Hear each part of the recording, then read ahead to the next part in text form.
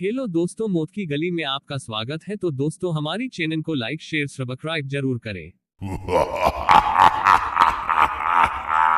राहुल का आखिरी सफर पार्ट 2। राहुल का दिल तेजी से धड़क रहा था।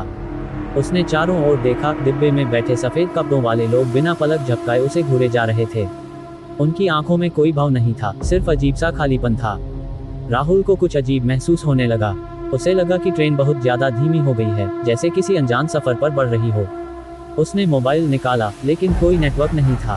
तभी एक बर्फ जैसी ठंडी आवाज आई, तुम्हें यहाँ नहीं होना चाहिए था। राहुल ने कांपते हुए देखा। सामने बैठा एक यात्री अचानक हवा में ऊपर उठने लगा। उसका चेहरा विकृत हो गया और उसकी आंखों से अंधेरा टपकने लगा। राहुल चीखते हुए सीट से कूदा और भागने लगा, लेकिन जितना वह आगे बढ़ता, ट्रेन का डिब्बा उतना ही लंबा होता जाता। दरवाजे कहीं गायब हो चुके थे। अब यात्रियों के चेहरे बदल रहे थे। उनकी आंखों से काले आंसू बह रहे थे और उनके होठों से सिर्फ एक ही शब्द निकल रहा था, रुको। राहुल का सिर घूमने लगा। तभी ट्रेन तेज झटके से रुक गई। बाहर अंधेरा था, कोई स्टेशन नहीं, सिर्फ अंधेरे में एक पुराना बोर्ड लटक रहा था, जिस पर खून से लिखा था, मृत्यु का अंतिम पड़ाव। राहुल के पैरों तले जमीन खिसक गई। अचानक यात्रियों ने एक साथ उसकी तरफ बढ़ना शुरू किया।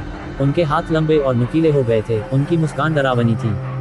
राहुल ने आंखें बंद की और पूरी ताकत से चिल्लाया, बचाओ। अचानक एक झटके से उसकी आंखें खुली। वह उसी रेलवे स्टेशन की बेंच पर पड़ा था। सुबह की हल्की धूप पड़ रही थी और लोग इधर उधर आ जा रहे थे। क्या ये सिर्फ एक सपना था?